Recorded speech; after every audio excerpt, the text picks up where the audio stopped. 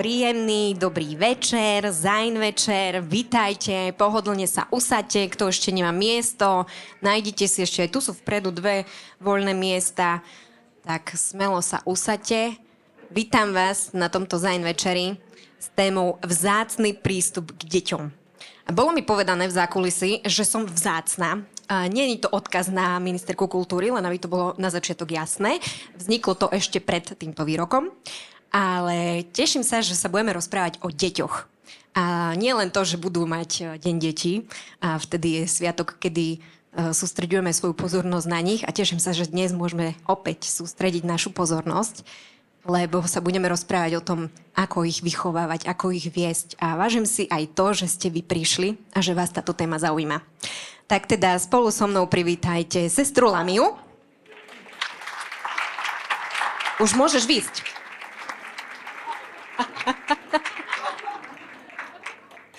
Veroniku Rabatinovú a Martinu Balogovú.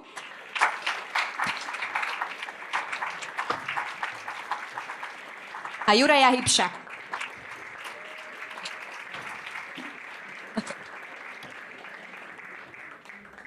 Vítajte. Neviem, prečo sa tak smiali, ale asi to bude tým, že ste vchádzali úplne iným vchodom, než ste mali. Ale to nevadí. Zvládli ste to. Ja som bola prvá, takže... Ty si bola prvá, si to určila, nevadí.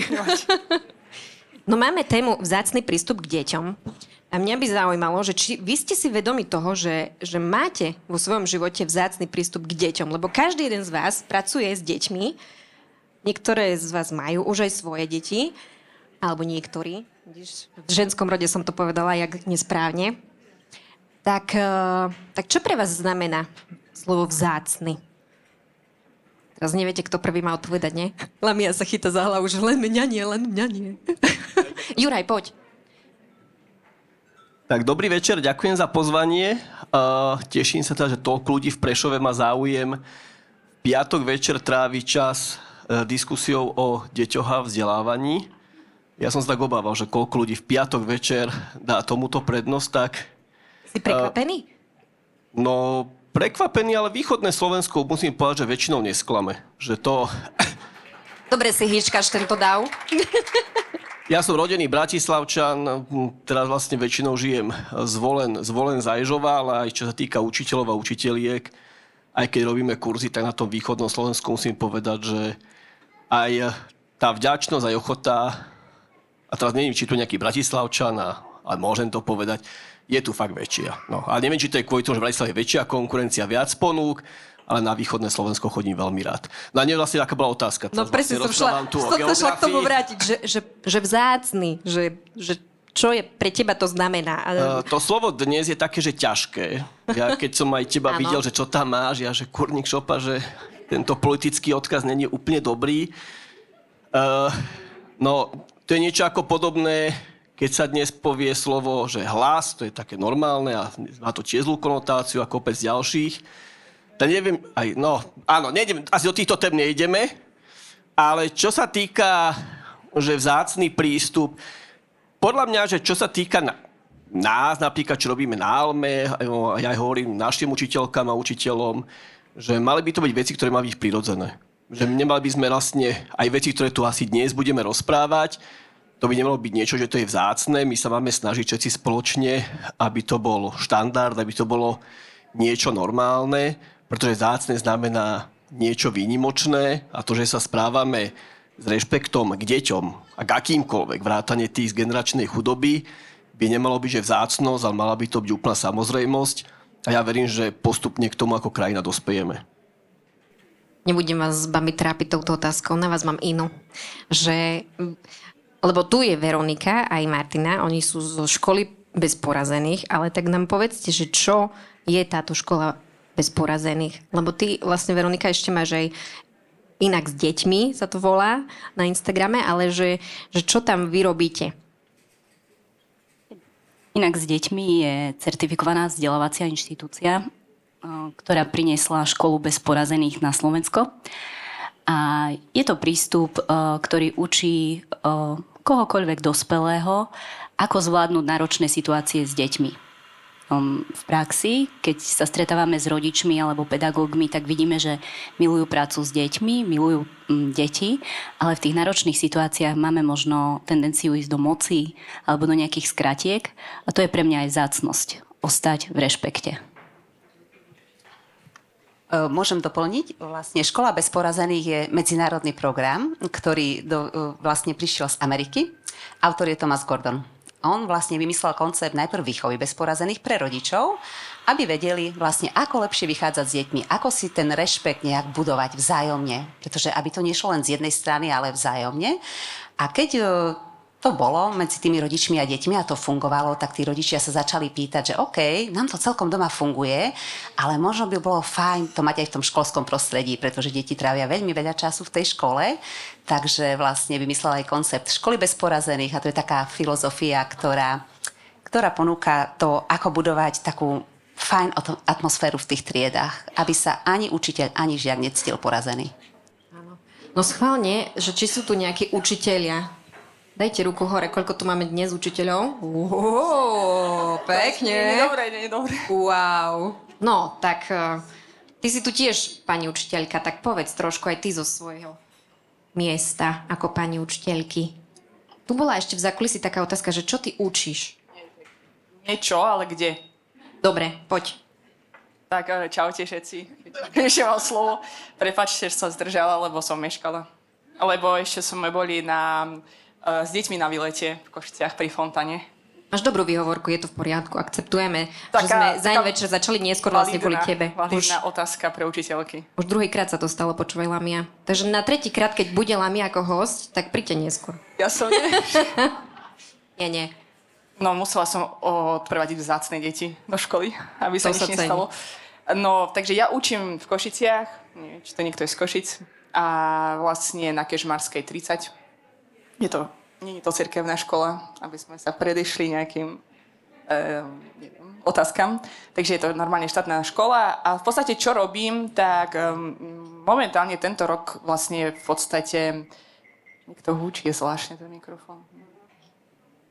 Nevadí. Môže byť. Pán zvukár nám to doladí. Dobre, ďakujem. Takže vlastne tento rok som asistentka na plný úväzok, až nad, by som povedala, a učím náboženstvo najmenších, maličkých prvákov. Dobre, to už je generácia alfa? Môžeme to tak nazvať? Neviem. To už je alfa však? Asi hej. Myslím, že hej. No lebo ja som sa chcela vlastne vás všetkých spýtať, vy pracujete hlavne s generáciou Z a alfa. No teraz sa všetci tak pozerate na mňa, že čo to je? Prerátávame. To sú tak stredoškoláci a základná škola, kde tam sa hýbeme. Tak som sa vás chcela spýtať, že ako sa vám pracuje s touto generáciou v škole? Dobre, vy pracujete s učiteľkami a učiteľmi, ale ty môžeš povedať. Ja tú generáciu Z a Alfa, ja viem, čo to je. S generáciou Z sa trápim. Prečo? Úplne otvorene. No, generácia Z není základná stredná škola, to sú mladí ľudia, ktorí napríklad k nám prídu na pohovory do zamestnania. A ja nechcem generalizovať, dávam na to tak, že pozor, ale tak je tam trošku taká dnes vec, že ja som niekedy prekvapený, že prídu napríklad sú aj učiť a fakt sme náročná škola, je to tam náročné prostredie a častokrát sa deje to, že napríklad už len 5 dní pracovať, že to už je veľa. A veľakrát napríklad počúvam to, že Palo Čekan, vedec, ktorého možno poznáte, bol vo Zvolenia, mi bol taký šokovaný, že mal tam prednášku na gymnáziu a 17-ročný chalan sa prihlásil, že on by chcel byť tiež vedec, ale váha, či do toho ísť, lebo ako bude mať ten well-being.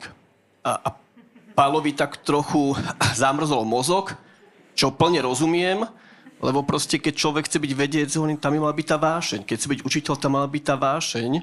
Je to aj moja manželka, my spoločne vlastne trávime čas takto. Chodíme po diskusiách, spolu ráno ideme do roboty a ten voľný čas je vlastne to, že robíme s deťmi, robíme veci, ktoré nás bavia a ja nie som úplne toho fanúšik, toho work-life balance.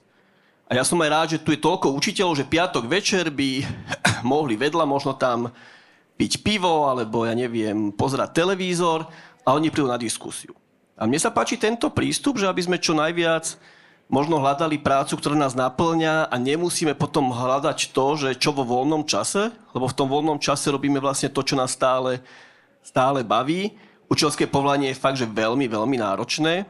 To ja nespochybňujem, ale mali by sme vlastne čo najviac možno hľadať túto cestu. Takže mne, keď mladí ľudia začnú hovoriť o work-life balance, ja v tomto nie som ani v robote obľúbený.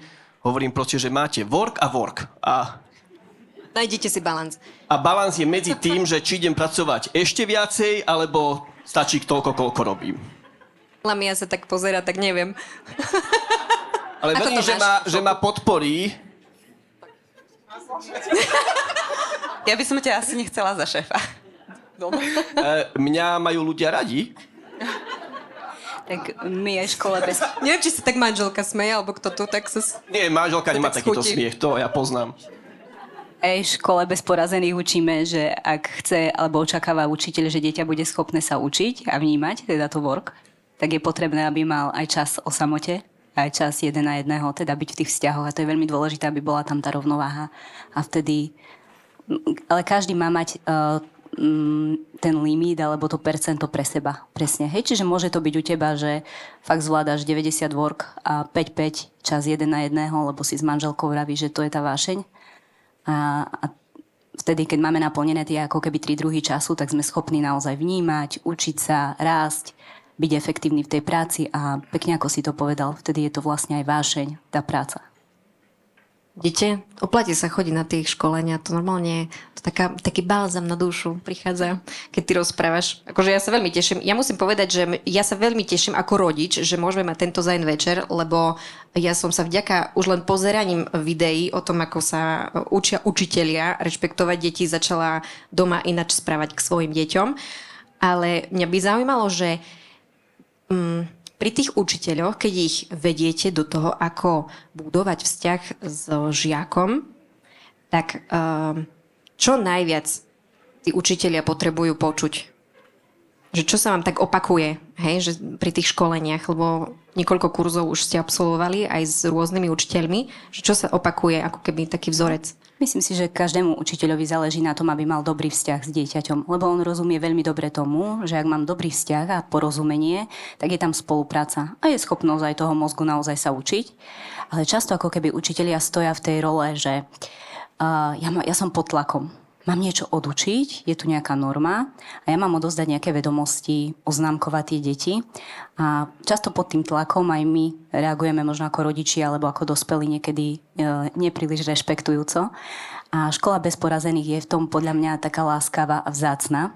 Preto bol Gordon aj nominovaný 3-krát na Nobelovú cenu za mier, že dáva, ako keby ja tomu hovorím, vietor do plachiet. Lebo učiteľ často stojí v situácii, kedy vníma, toto dieťa je nejak smutné, asi by som aj chcel niečo povedať, ale ja neviem, či môžem. A čo mám povedať? Som ja psychológ, alebo nestratím čas už na učenie a sú veľmi milo prekvapení, že škola bez porazených od nich vôbec neočakáva, že budú robiť niečo navyše, lenže budú robiť niečo inak. A vtedy vlastne sa zvýši tá efektivita a zväčší sa aj ten čas na vzdelávanie a celkovo na výchovu a vtedy rastie tá chuť napríklad mať rád svoje povolanie. Lamia, ty mi povedz, prosím, ako to ty zvládaš so svojimi prváčikmi? No, ja som chcela k tomu ešte povedať, keď môžem. Samozrejme, že presne ten čas je taký pre učiteľa podľa mňa, že aj keď my máme tiež kopec školení a potom, keď si povieme, že super veci sa nám hovoria, ale ten systém je tak nastavený, že ty musíš to odučiť, ty musíš dať známky, ty si musíš uzavrieť, musíš niečo urobiť a preto presne sa stráca to, ale ja musím uznať, že ja sa stretávam a okolo mňa sú ľudia, aj učiteľky, ktorí chcú aj proste robia tak, že chcú proste budovať s tými s žiakmi vzťah, chcú byť s nimi a to je pre mňa veľmi povzbudivé. A teraz, keď som asistentka, tento rok mám takú inakšiu pozíciu, lebo som v triede s druhákmi vlastne v podstate celý čas, že aj tak pracujeme spolu s tou učiteľkou a ten čas tam máme viac, v tom, že sme dve, to je super. A vidím, že niekedy my sa venujeme dosť veciam, ktoré na niečo vyskytne sa a teraz je slovenčina a čo teraz, ďalších 20 detí bude pozerať a tým, že som tam ja, buď ja alebo tá učiteľka, my sa vymeníme a sa venujeme tým problémom a potom zistíme, že niečo sa stalo v rodine, niečo sa stalo po ceste a je to úplne inak. Že strašne sa teším z toho tento rok, že to sa tak podarilo mať takú pozíciu a vidím, že nestretávam sa s tým, že učiteľky to nechcú, že odúčia a bežia preč vôbec. Práve, že stále strašne dlho sú v škole a to im musíš vyhadzovať, že už choď a tak ďalej. Takže že ja som veľmi pozbudená a piatok večer ešte len začal, takže možno druhý polovice piatkového večera sa bude učiteľky. Dúfam, že si oddychnete poriadne, lebo víkend je vzácny. Takže určite tak. No neviem, aká bola otázka na mňa, ale nevadí. Už ja som zabudla. Ale aha, že ako ti to ide s deťmi v škole?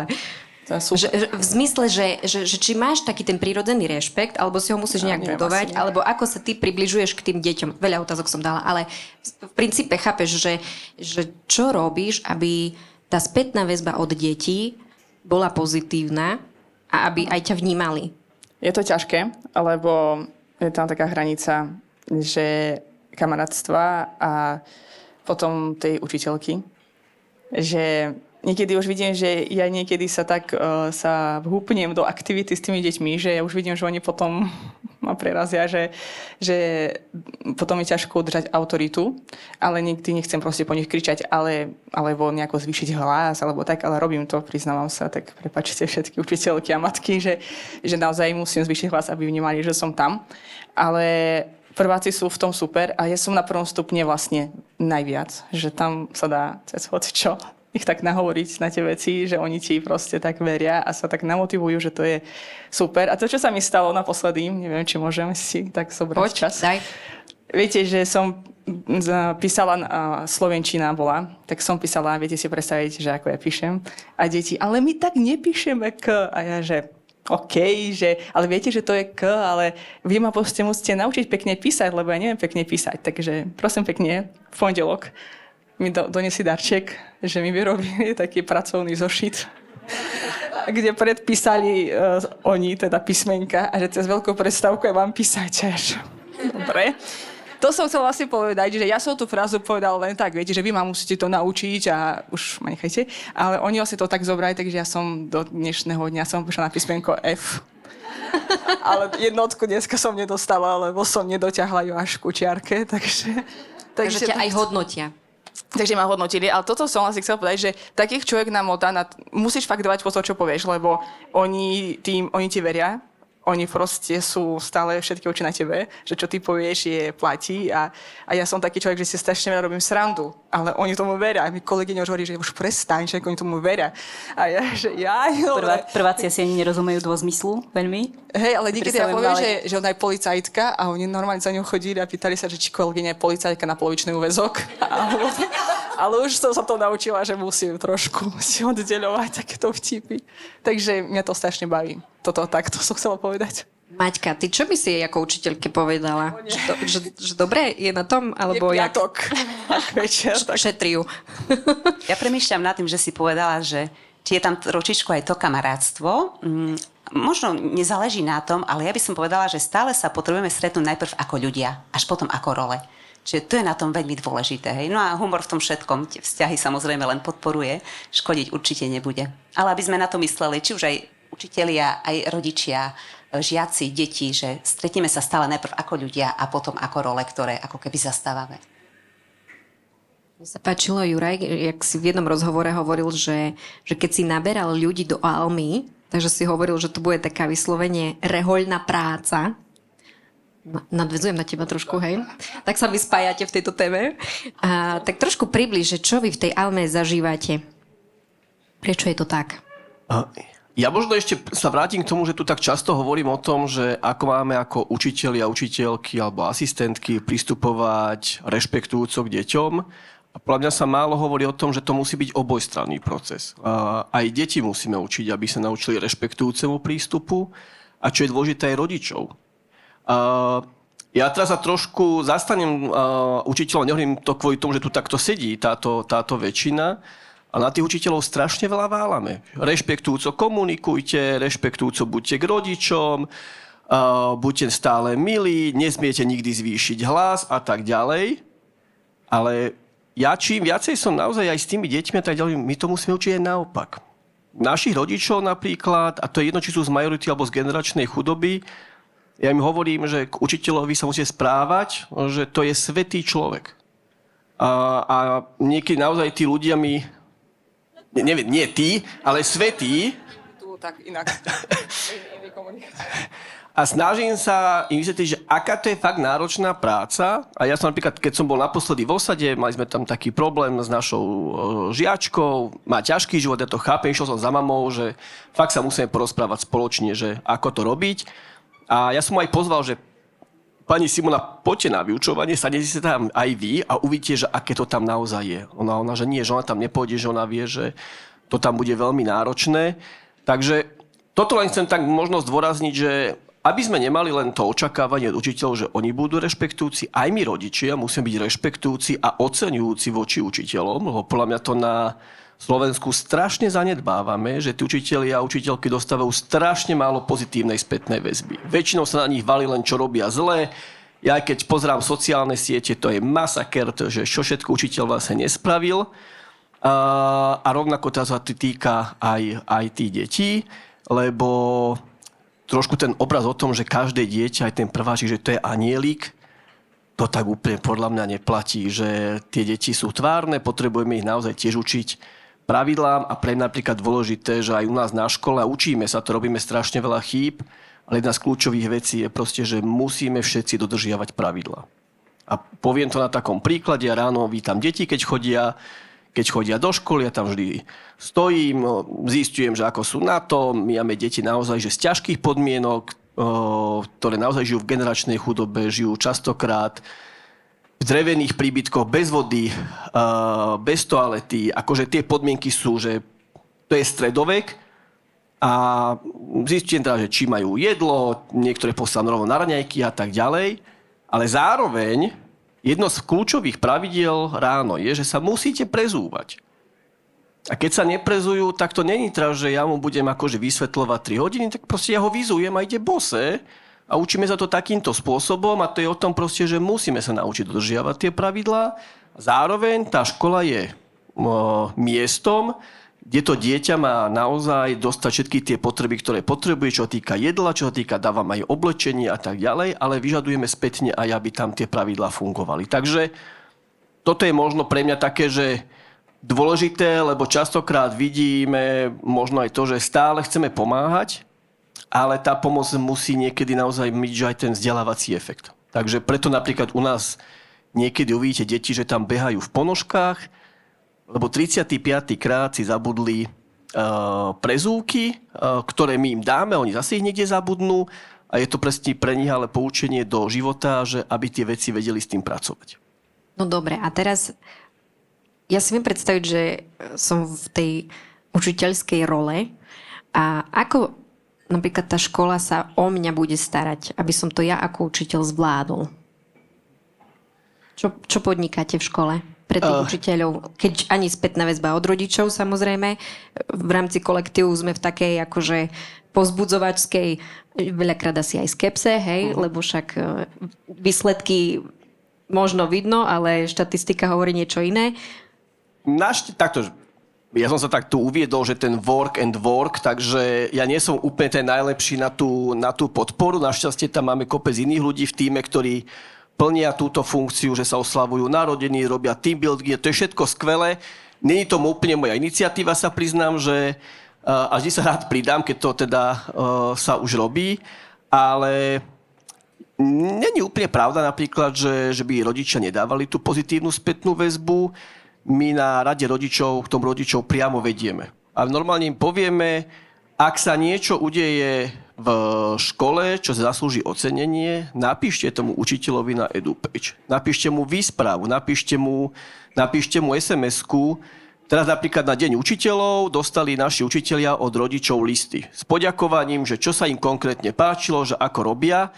A naozaj tí učitelia to považovali, že to bolo pre nich niečo, že oni si čítajú list od niekoho, kto cez ich dieťa pozná ich prácu a dal si tú námahu a spravil to. Toto na Slovensku robíme, že strašne málo a to je možno aj taká inšpirácia ak tu sedia teda aj rodičia, čo verím, že áno, tak toto robíme na školách. Nemusí byť každý týždeň, ale je možno pekný zvyk spraviť to možno aspoň raz za mesiac. Na učiteľ, čo potrebuje podporu, učiteľ v prvom rade musí vidieť, že to naozaj má zmysel, tá jeho práca. A je to ťažké, to si povedzme úplne na rovinu. Ja poviem sám za seba, ako robíme s deťmi z generačnej chudoby, tam tie posuny sú naozaj že strašne maličké a moje očakávania sa naozaj že po posledné roky výrazne zmenili. A ja sa naozaj teším tomu, keď vidím proste, že to dieťa si prvýkrát zoberie do ruky aj samo knižku a niečo si tam pozerá. A to je napríklad piatak, šiestak a to si poviem, že to je brutálny úspech a toto sú možno také veci, že to človeka tak nabije. Teraz sme mali včera predstavenie tanečného súboru a pre napríklad takéto pozitívne, že idem ďalej potom robiť na tej škole, ktorá fakt, že není to tam ľahké, že prišli na vystúpenie aj rodičia z generačnej chudoby, že naozaj si sadli medzi tú majoritu, takto ako teraz tu vy sedíte, tak pre tých ľudí je strašne ťažké takto prísť a sadnúť si tu z tisícky dôvodov. Jeden ten dôvod, že oni sa necítia úplne bezpečne a príjemne, pretože si hovoria, že a čo si o mne pomyslia, hej, že je to oblečenie dostatočné, nezapácham, nemám vodu, nemám naozaj tú kúpeľku. Ako sa budú ku mne správať? To sú tak ťažké veci, čo si málokedy vieme uvedomiť a že som s tými ľuďmi veľmi často, tak chápem tie veci, že prečo tak oni majú. A takto sa nám stalo, že pred rokom sme boli takúto podobnú akciu, zavolal som tam rodiny a jedna rodina prišla na veľké podujatie, myslím, že to bolo za Dolou Vincovou. A ten jeden otecko z osady tam sedel a celý čas bol v zimnej bunde vo vnútri. A to bolo proste kvôli tomu, že on sa hanbil proste vidieť, čo má pod tým, aj to, či nebude zapáchať, pretože tí ľudia žijú v extrémnej chudobe. A my tú extrémnu chudobu si v podstate nevieme predstaviť. A my tým ľuďom častokrát hovoríme, že a viacej sa snažte a potom sa z toho vyhrabete. No to sa nedá. Pokiaľ tam není tá podpora, tak výjsť s vlastnými silami z generačnej chudoby je vo finále takmer nemožné. A vy, dievčatá, robíte systémovo, postupne a s učiteľmi.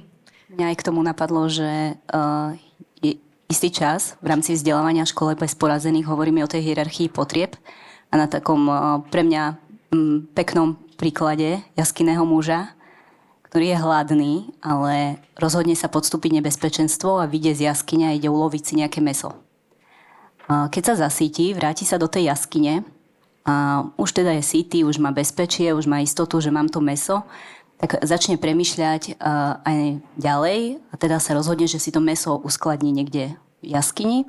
A keď už vie, teda mám úplné bezpečie, som nasýtený, mám bezpečie, že mám zásobu mäsa, pozve okolitých jaskinných mužov a žienky na grilovačku, dostane sa mu ocenenia a keďže zažíva ocenenia, teda ten sociálny kontakt, tak následne sa rozhodne, že vydá aj knihu o varení. A my často ľudia posudzujeme spoločnosti ľudí podľa tej 4. úrovne, ako dosahujeme aký úspech. Aké máme auto, aké máme vzdelanie, aké máme možno oblečenie a zabudáme na to, že medzi nami sú ľudia, ktorí naozaj na tej úrovni základných potrieb nemajú vôbec uspokojené presne tie základné potreby ako jedlo, spánok. A vtedy nie sme schopní naozaj premýšľať o tom, že či vydám nejakú knihu alebo ako budem produktívna. Keď ste rodičia, možno to poznáte, keď ste mali deficit spánku, teda málo spánku, tak vtedy ste vychádzali zo spálne ako zdochnuté matky a asi vtedy ste určite nešli robiť 5-chodové menu ani nič kreatívne myslieť. Nevymýšľali ste niečo kreatívne. Čiže to je presne pekný príklad toho, ako vieme sa aj my cítiť niekedy nie v úplnom bezpečí, lebo na úrovni základných potrieb nemáme uspokojené svoje potreby. Súhlasím. Neviem, kto nášho publika pracuje možno s takou skupinou vo svojej škole. Asi som mala povedať, že dvihnite ruku, ale tak je tu niekto taký, kto pracuje v takej škole, kde má aj takých žiačikov z rómskych osád? Máme tu takoho. Super.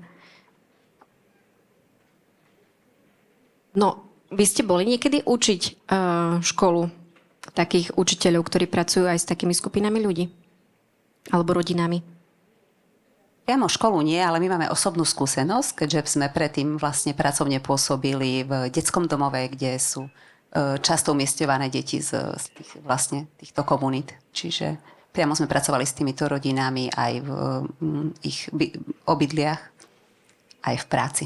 Ale ja by som ešte rada nadviazala, ak môžem, k tomu. Je veľmi pekný počin ten list od rodičov učiteľom. Je to krásne, lebo presne ten vzťah niekedy, to prirovnám niekedy ako k partnerskému vzťahu, že niekedy to funguje, ten rodič-učiteľ, niekedy je to také neutrálne, že si pozdravíme a niekedy to ani veľmi tak nefunguje. Hej? A vtedy jeden na druhého ukazujú prstom, že ten by sa mal zmeniť, ten by sa mal zmeniť, že vlastne, hej, to sú tie vzťahy, na ktorých tiež treba veľmi, veľmi pracovať a ísť na to spoločne, že my dvaja versus nejaký problém alebo niečo, čo dieťa potrebuje a nie také ukazovanie prstom, hej, ako v nejakom nefunkčnom partnerskom vzťahu. Takže ďakujem za tú inšpiráciu s tými listami. Ja si myslím, že to pre viacerých z nás je dobrá inšpirácia. Veronika, chce čo povedať? Že si povedala aj veľmi peknú vec, že už ráno vítaš tých žiakov a zaujíma sa o tie potreby a to je ten rešpekt. Že rešpekt nie je chvíľka, nejaká technika v ránom kruhu, niečo si odrobím a potom si idem bomby. Rešpekt je naozaj, že žijem niečo celý deň a je to filozofia, ktorou ja žijem. A vtedy vlastne aj dieťa príjma ten rešpekt od nás a učí sa, hej, tým príkladom. Je najlepšie s príkladom. A mňa napadlo, že minule nám riaditeľka v jednej škole vravela, že učili deti, že teda sa treba prezúvať v škole.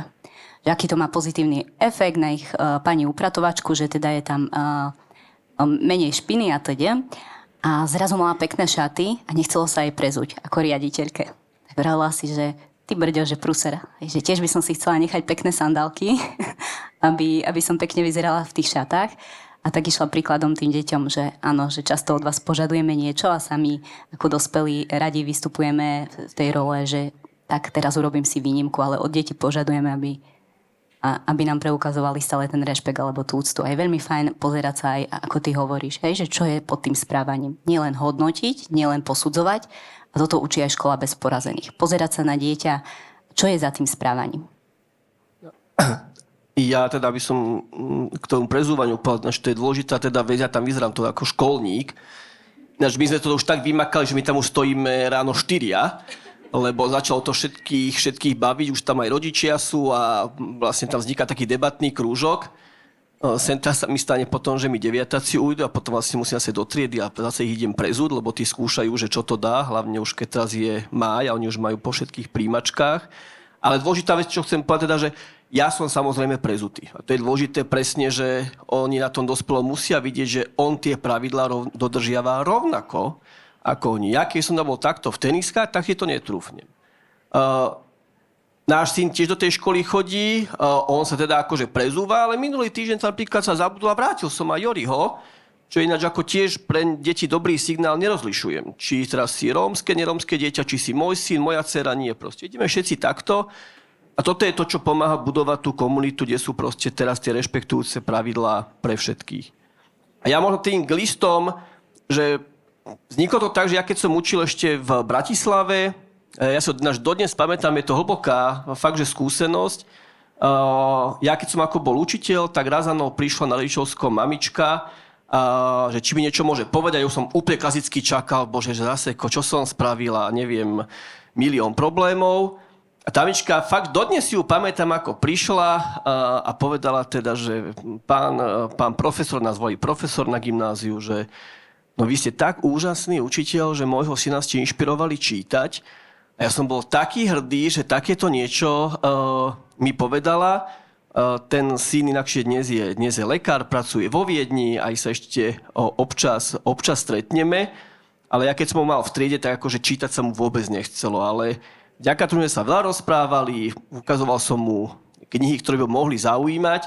A dodnes si to pamätám, ako som ja z tej školy odchádzal hrdý, že tá mama mi vlastne takto poďakovala, takže od tejto vlastne chvíle som si povedal, že toto je to, čo tí učitelia potrebujeme, aby sme dostávali takúto spätnú väzbu a fakt to nestojí nič, len papier a možno aj ten papier nie, môžete to aj cez EduPage spraviť, takže dnes odtiaľ to odídeme a v sobotu zaplavíte učiteľov správami, tak perfektná vec, len tu je veľa učiteľov, tak si budú navzájom písať, tak aspoň tých pár rodičov by to mohlo spraviť, budeme radi.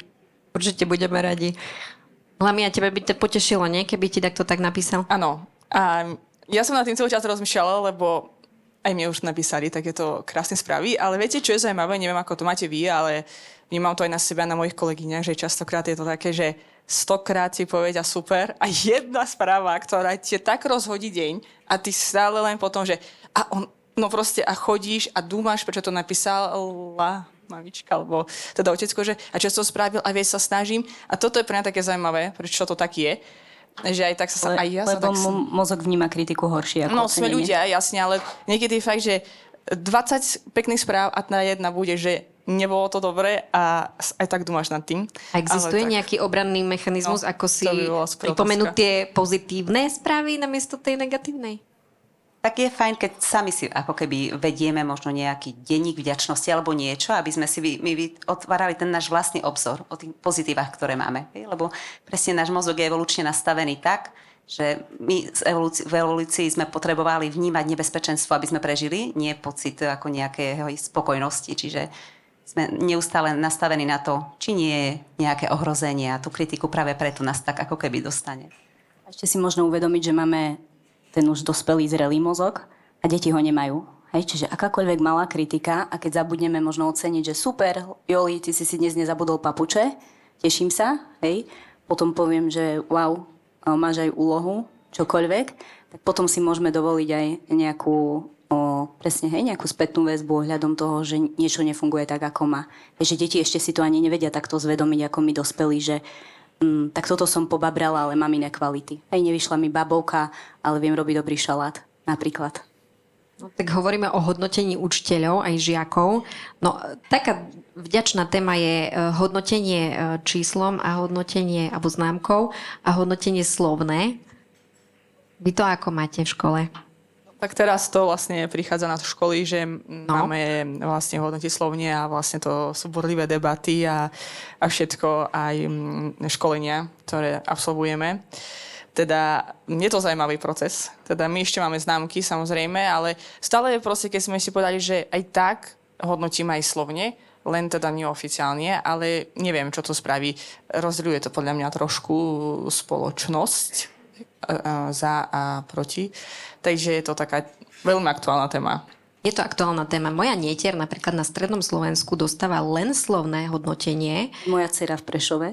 Dobre, to je super. Moje deti v Prešove zatiaľ dostávajú len známky. Uvidíme, možno, že príde aj na hodnotenie, ale som chcela povedať, že vlastne moja sestra jej to číta a tam je kopec pozitívnych vied o tom, ako niečo zvláda, ako jej to ide a veľmi ľahko je tam povedané, na čo má zapracovať. A to bolo tak krásne a motivačné, že mne to prišlo tak super, že toto na všetky školy. Nie? Či? Ako tá téma hodnotenia... Ja na tým Zatiaľa tak som celý teda tak čo? stále rozmýšľam, že to je tak, že častokrát ideme tak, že od konca. Ja chodím veľa na hospitácie aj u nás na hodiny sledovať, že čo sa tam deje, ako sa majú deti, ako sa majú aj učitelia a učiteľky. A ja sa prisjednem pri tom, že jak tam ja sedím na tom druhom stupni, lebo prvý stupeň tam chodí máličko, ale na tom druhom stupni ja tam sedím v tej lavici a teraz akože pozerám tú slovenčinu a hovorím, že Ježiško, to je taká blbosť, čo sa tam deti učia. A jedna vec za druhou, a teraz si predstavte, že ste v tej triede, samého ma to nebaví. Epitetón, vokalizovaná prúžka. Ja si vždy položím otázku, na čo mi to fakt bude? Na nič. A teraz ešte ten väčší extrém je, že vy tam máte v tej triede deti, ktoré žijú v tých naozaj že ťažkých podmienkach, kde sa v noci nevyspia, kde naozaj oni tam majú potkany. Teraz jedna mama so mnou riešila minulý týždeň, že sa jej nasťahovali do toho príbytku hady, že či neviem, ako sa to dá dávať von. Ja neviem, ako sa dávajú hady von, ale zistíme a budeme to riešiť.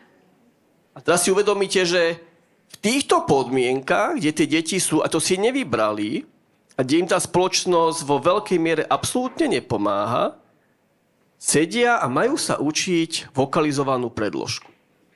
A v tej chvíli vám je úplne jedno, či dostanú známku alebo spätnú väzbu slovnú. Ten problém je, že my ako spoločnosť nedokážeme vyriešiť už desiatky rokov úplne bazálne veci, že tie deti nežijú v podmienkach, ktoré sú dôstojné a ľudské. A nežijú v nich ani ich rodičia, ani starí rodičia. To je tá generačná chudoba, čo ja vysvetľujem, že to je z tých dvoch slov. Chudoba, ktorá je naozaj ťažká. To není o tom, že sa rozhodujem, či pôjdem na Zemplínsku šíravla dovolenku, alebo si môžem dovoliť Chorvátsko. Vy si nedovolíte nič, pretože vy riešite, ako prežijete do zajtrajšieho dňa. A generačná znamená, že v takýchto ťažkých podmienkach žijú generácie. Že tie deti v podstate nevidia nič iné, pretože ich rodičia, starí rodičia, prastarí rodičia žijú stále v rovnakých podmienkach. A my ich teraz dávame do toho vzdelávacieho systému, kde ich učíme niečo, čo nedáva zmysel ani majorite vo finále a už nie vôbec akože deťom z generačnej chudoby.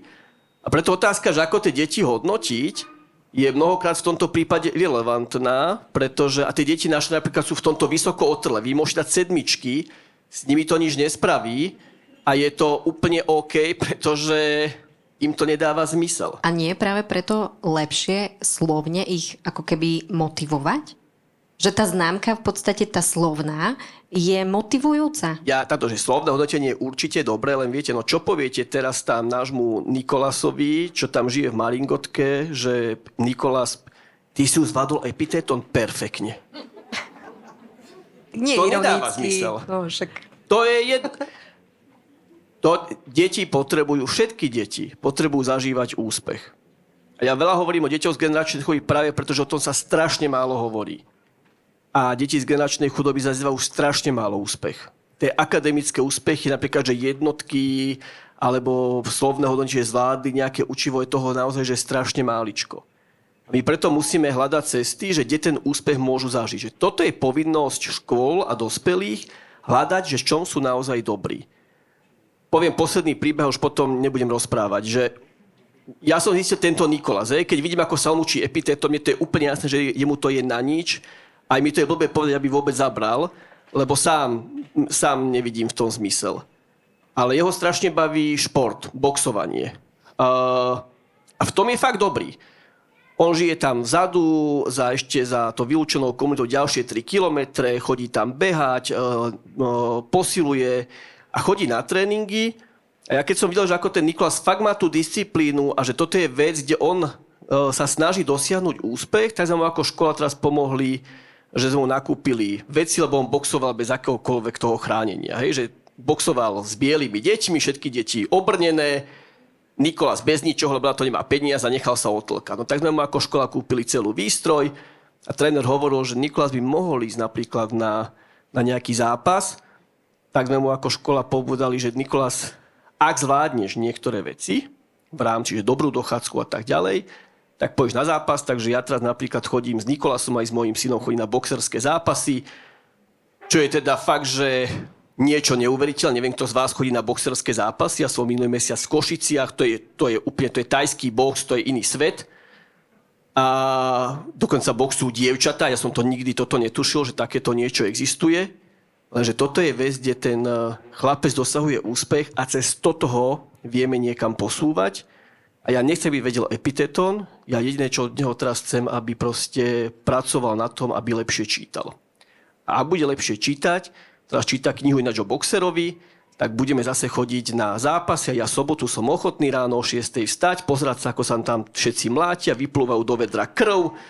Nevadí, nikdy som netušil, že takéto niečo ja budem zažívať. Môj obľúbený šach, na ktorý som ja jediný chodil, bol šach. Takže učím sa cez tieto deti strašne veľa, otvárajú mi strašne veľa týchto vecí. Oni na šach nechcú chodiť. Nebaví ich. Mňa napadlo k tomu oceňovaniu, ale nechcem ísť len do toho, že či známkovať alebo hodnotiť, ale čo je fajn na oceňovaní, je vyzvihnúť snahu.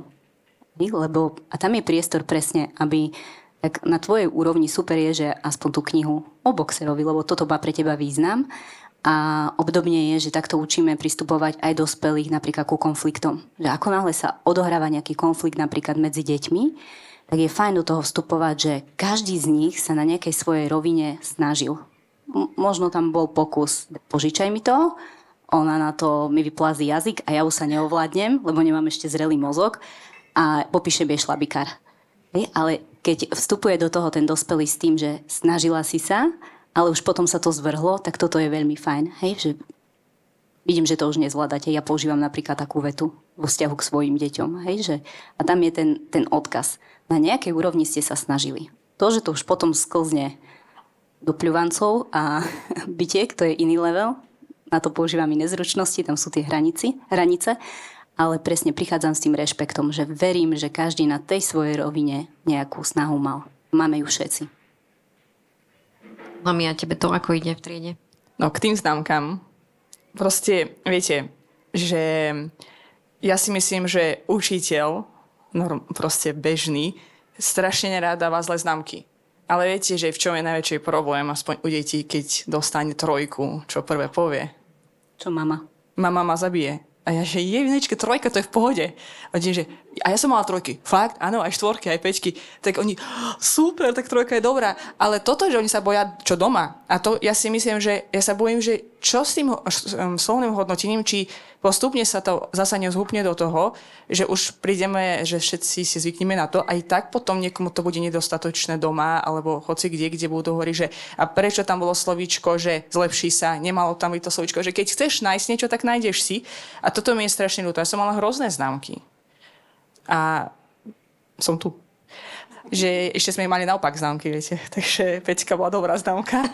Takže to bolo také iné, ale tie známky, no ja to vidím, že fakt, že tá spoločnosť, no hodnotí to tak a hlavne to z domu dosť ide. Aspoň u tých malých, že čo mama povie a nepôjdem na víkend tam, ani budem mať zmrzlinu a dajte, najčastejšie, že dajte do jednu page známky až v pondelok.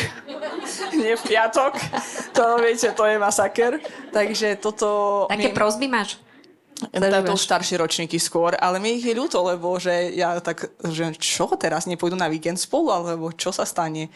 Že toto je také, no, k tým známkam to mi je tak ľúto, ale neviem, či slovné hodnotenie tomu vyrieši. Tak asi je fajn edukovať rodičov. Určite. Tým, že sme výkonovo zameraná spoločnosť a sami sme vyrastali. Edukujete rodičov v rámci vášho projektu? Určite. V rámci výchovy bez porazených aj školy bez porazených určite usilujeme o to. No lebo ja musím povedať, že som mala taký rozhovor asi predvčerom s mojou dcerou, dačo o matematike a ja jej vravím, že vieš, ja som počítala jeden príklad, sme sa bavili o mínus a vravím, že som mala nerozhodne medzi 2 a 3. A ona taká, fakt? A potom vravím, že no veď som ho vypočítala, tak som dostala 2.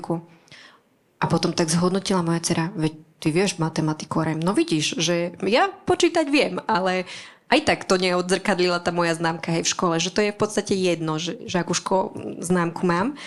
A ďalšia situácia s druhou dcerou bola taká, že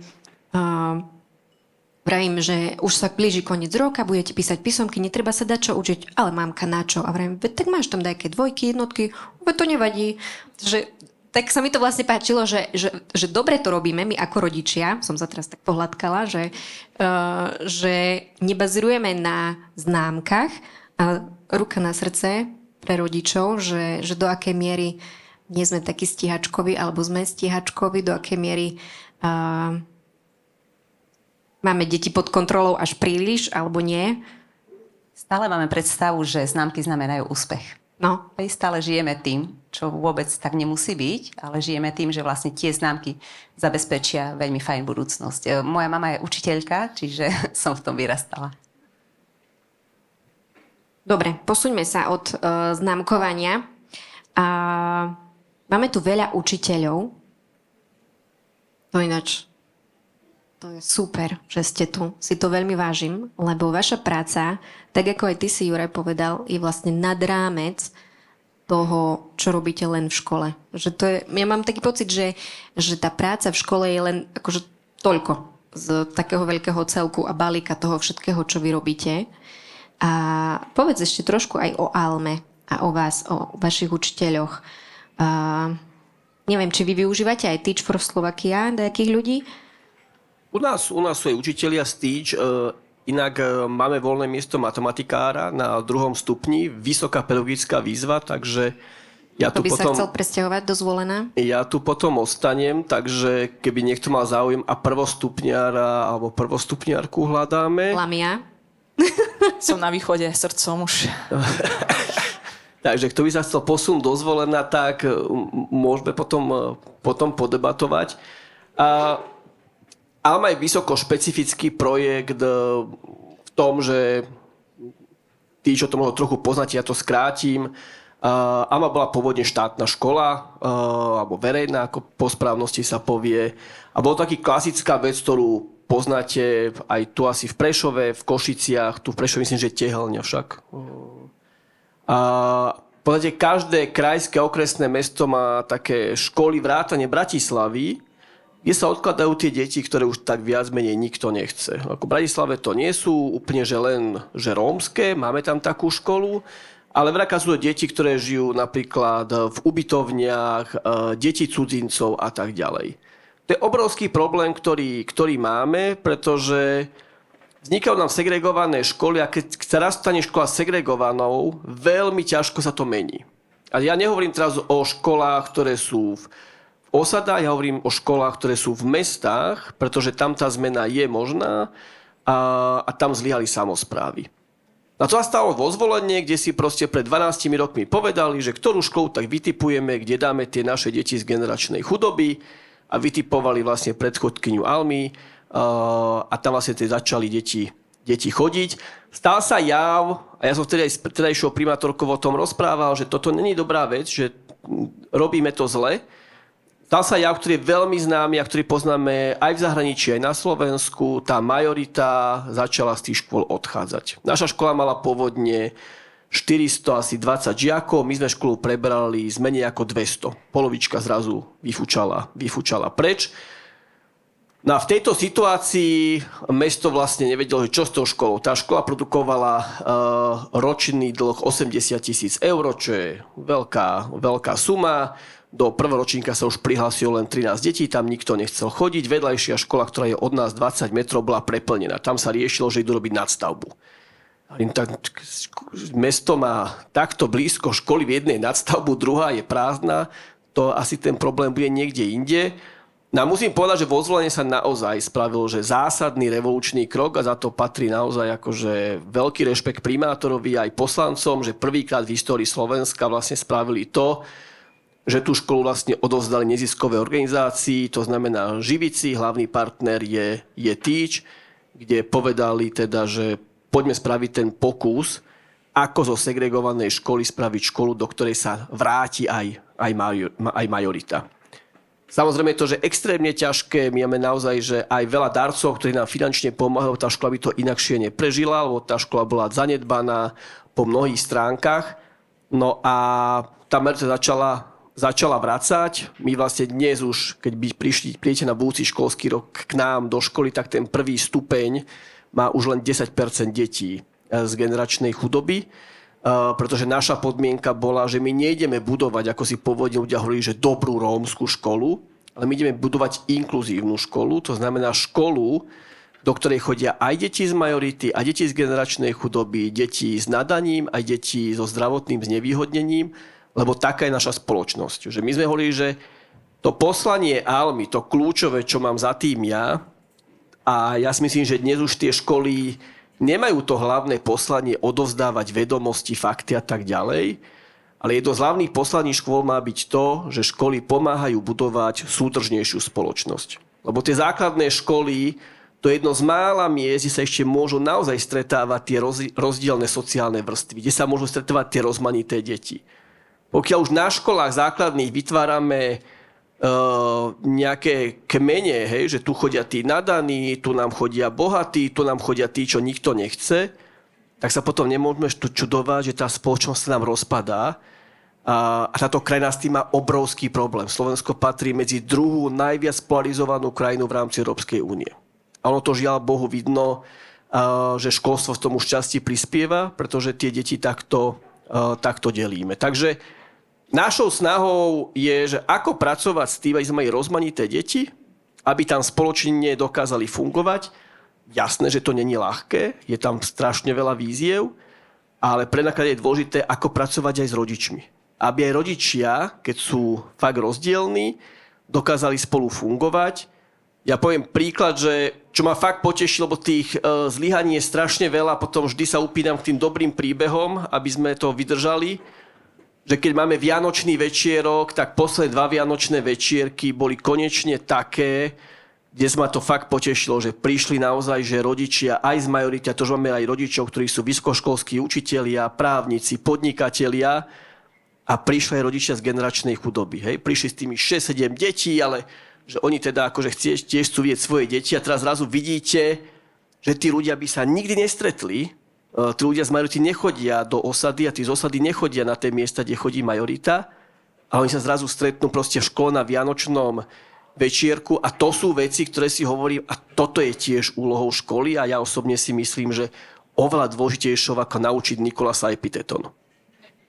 Si zaslúži potlesk.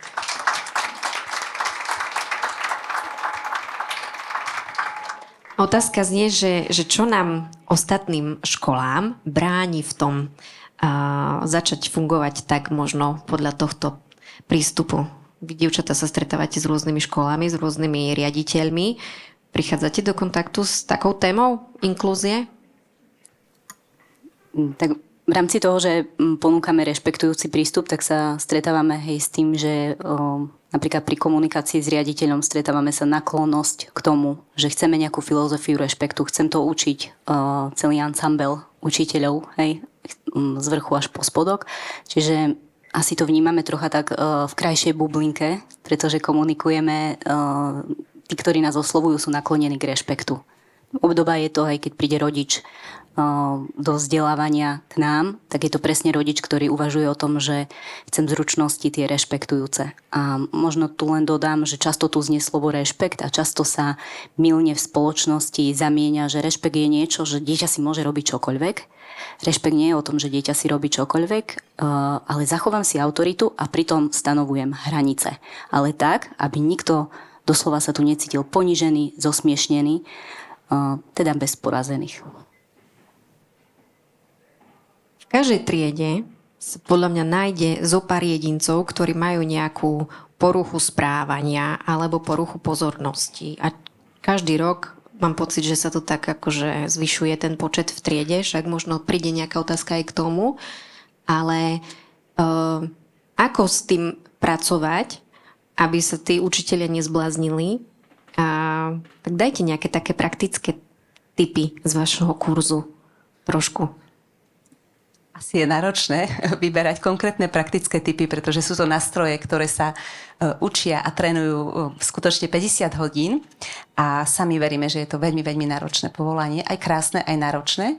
A v každej triede presne je niekto, kedy si možno aj učiteľ povie, že keby bol v druhej triede. Hej?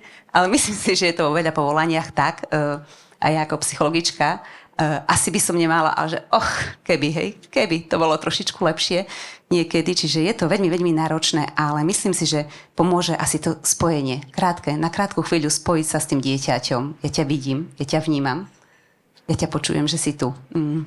Je tu možno také všeobecné, čo hovorím, ale vieme, že nemáme čas navyše. Chceme to dočuť, chceme udržať nejak tú disciplínu. Ako povedala Veronika, neprinášame nástroje vlastne, aby ste robili niečo navyše, ale nástroje, aby sme robili niečo trošičku inak. A aj keď nemáme čas navyše, ale to krátke spojenie, pár sekúnd, minúta, napojenie sa na to dieťa a vyjadrenie mu porozumenia trošičku znižuje tú emočnú teplotu niekedy u toho dieťaťa, že vie ešte trošičku ako keby zapnúť. Asi aj u toho učiteľa, nie? By to malo. Aj často tá porucha správania, porucha pozornosti je nálepka. Lebo je to hodnotenie, je to diagnóza a učíme sa v tom rešpektujúcom prístupe nazerať na to, že čo je za tým správaním. Možno nejaká potreba, možno základná a možno dieťa potrebuje pozornosť alebo chvíľku, čas o samote, čokoľvek. Ak učiteľ vie, ako použiť nejakú zručnosť, tak vlastne sa spojí, ako vraví Martina, s tým dieťaťom.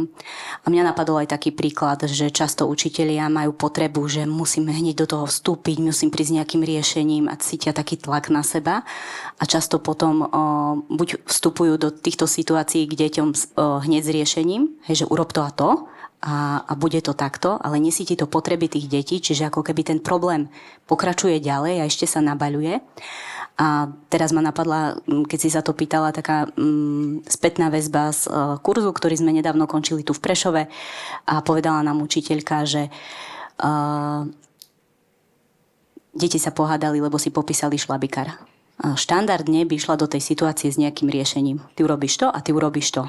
A vtedy vlastne po absolvovaní tej školy bez porazených si uvedomila, že problém patrí im, napojila sa na nich, vypočula tie deti, deťom sa uľavilo, sami si prišli s riešením a vravela, že je to úplne oslobodzujúce.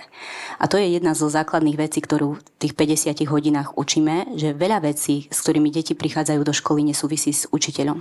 Napríklad banálna veta, ktorá vás prúdi, nuda, na čo sa to mám učiť. Často súvisí s tým, že kamarátka je možno povedala, že máš škaredú sukňu. Hej. A keď si to učiteľ vzťahuje k sebe... To nie je tebe, Lamia. Ty máš sukňu, ja viem. Máš krásnu sukňu. Keď si to učiteľ vzťahuje k sebe, tak potom vzniká to nedorozumenie, také pnutie, nálepkovanie. A potom namiesto jedného problému máme ozaj možno už 3-4. A točíme sa v takom kruhu zaujatosti, hodnotenia, posudzovania. Ako to ten učiteľ má dešifrovať, že ju trápi niečo úplne iné? Či nedešifruje, to nevadí, len proste neriešiť? Skúsi sa napojiť na to, Ako na to sa viem dieťa. napojiť? Tak napríklad, že teba vadí, že ti popísala šlabikár Martina. Áno, lebo mamka bude na mňa kričať. Aha, čiže ty sa bojíš, čo by povedala mamka. Čo si predstavuje, že by povedala mamka? Neviem, že mám si ho vyzmizikovať. Hneď ťa napadlo aj riešenie. Hej, a dieťaťu sa uľaví z tej emócie silnej, kedy si naozaj predstavuje presne, že neviem, nepôjde na výlet alebo čokoľvek. A za nás aj rodičov poviem, že niekedy naozaj deti si vedia horor predstaviť v hlave, ale nemusí to tak vôbec byť. My sme minule ležali večer v posteli a moja dcera hovorila nejaký príbeh zo školy a pani učiteľka sa pýtala, že a čo ti povedali rodičia, keď si dostal poznámku? A že to dieťa odpovedalo, no mama kričala. A vravím, tak ma napadlo, že a čo si ona predstavuje, keby dostala poznámku? Tak ja som sa svojej dcery opýtala, že a teba čo napadlo, keby si prišla domov s poznámkou, že čo by my sme urobili? Ja by som sa bála. Aha, že a čo si predstavuje, že by som robila? Ja neviem. Tak skús povedať. A ona, asi nič. Hej? Čiže že to je to fajn. Hej, vyslať to porozumenie, že a čo si predstavuješ, čo ti vlastne ide v tej 6-ročnej hlave? A to je to spojenie, to je ten vzťah. Ale aj možno prasknúť tú bublinu strachu, ne? Tak, presne. A to je presne cez to, že ja sa zaujímam o to. Hej? Čiže neostane to len preto. Popísala mi šlabikár pani učiteľka. No tak jej, choď si odsadnúť inde. Hej? To je to riešenie. Ale nikto tam nebude spokojný. Vždy je tam niekto porazený. Niekto mu ešte napadá, že vlastne niekedy nebudeme vedieť prísť nejakým riešením. Niekedy sa situácia vôbec nedá zmeniť. Mne to napadlo, keď si hovorila, že musím dať 3, alebo vlastne to dieťa má dostať 3, 4 a niekedy tú situáciu nevieme vôbec vrátiť, ale keď vyjadrujeme to porozumenie, tak to dieťa sa opäť stíši. Hej, si sklamaný. Asi bude niečo doma. Čiže len vyjadrime porozumenie tomu stavu, tej situácii, ktorá je. Lebo skutočne veľa vecí nevieme zmeniť v živote. Lamia, tebe ako to ide s pozornosťou pre deti? Nie, že s mojou. Tvojou snáď dobre. No, ja práve robím to asi, o čom sa bavíme, lebo my máme ten školský podporný tím, tak asi viete, čo to je. Vlastne v rámci toho sú tam psychológovia, špeciálny pedagóg, asistenti a tak ďalej. A tá som asistentka. A viete, je to také, že je to podľa mňa obrovská pomoc, keď to funguje dobre, ale môže to byť celé zle. Takže z praxi viem, že ja nemám sa na čo sťažovať, alebo veľmi dobre si rozumieme a ja si myslím, že toto je tá cesta, ktorú vidím, že by mohla fungovať, lebo väčšinou tie pozornosti hlavne sú na prvom stupni, ale časom, keď dobre pracuješ s tým, tak normálne vidím, že tie deti nepotrebujú už asistenta v 2., 3. ročníku a už na druhý stupeň idú úplne ako keby tak, že vôbec nevieš, že niečo sa dialo predtým. A toto je podľa mňa taká super vec, ale je to dlhšia cesta, dlhší proces, lebo asistent môže ako aj pomôcť, tak aj ublížiť, lebo nadmerné nejaké pomáhanie tiež nie je dobré. Takže ja sa tomu tiež učím, že ako pristupovať. Na to ešte, čo ste hovorili k tým deťom, čo si tak vymýšľajú niekedy, tak sme mali takú situáciu, že jedna prišla mamička a hovorila niečo, že čo hovorí o učiteľke doma. A my sa pýtali, a vy všetko viete, čo hovorí doma? Vaša dcera, že jasne. A že hej, tak podľa nej si tehotná a má bratček a už na Vianoce mala že už mesiac a ona, že prosím, že ona nám to rozprávila, že mamička je tehotná, mala dieťa a my sme si mysleli, že to tak je. Takže potom ona pochopila, že ako ona si to vymýšľa, ale ona vlastne potom to tak hovorila, že keď hovorili, že sa narodí Ježiško, tak ona si myslela, že sa narodí Jebraček. Takže ona to tak priniesla ako nám do školy. Tak sme toto hovorili, že netreba úplne všetkému veriť, že pani učiteľka toto povedala, alebo toto spravila, takže len toľko. A tak, no. To je taký vtip, nie? Že my vieme, čo sa u vás deje a My tiež. my tiež. Áno, Ja som tak prišla minule do školy a pani učiteľka mi hovorí, že idete do karavanu. A ja, nie. A manžel len večer ukazoval nejaké karavany, že mohli by sme raz v budúcom živote. Ale dcera to prezentovala v škole, že hotová vec. áno. Ja som na to reagovala, toto si neurobím. A toto je najmenej, čo vieme. Vieme naozaj všetko. Všetko. Takže je to také, že Učitelia sa toto smejú, prosím ťa takže- nikomu nehovor ďalej, dobre? Lebo mamička Je to tam. nebude rada. Je to tam. Dobre. Tak. No dobre, trošku vám dáme priestor, milé publikum, na otázky. Tak poprosím mikrofón do publika. Stačí sa prihlásiť a mikrofón príde. Možno príde nejaká otázka. Ďakujem. Aj zo zadných radov má prísť otázka.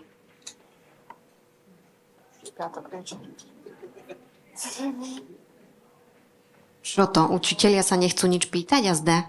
Nič vás Učitelia nezaujíma? všetko vedia. Máme otázku. Mikrofón ide. Páči sa. Ja sa teda opýtam, nie som síce pedagóg, ale mňa by zaujalo možno vždy som rozmýšľala, že ako pán Hipš sa k tomu dostal, že z bratislavského učiteľa prišiel do Zvolena a mal takú víziu, že toto bude moje povolanie a že toto chcem robiť. Ďakujem za otázku. To nebol taký skok, že z Bratislavy do Zvolenia. Ja som z Bratislavy išiel na Zaježovu, na Lazy. Čo je To samostatný... je tiež skok. To je ešte väčší skok. No, ešte je veľký skok. To... Ja doteraz nechápem, prečo som tam vlastne prišiel.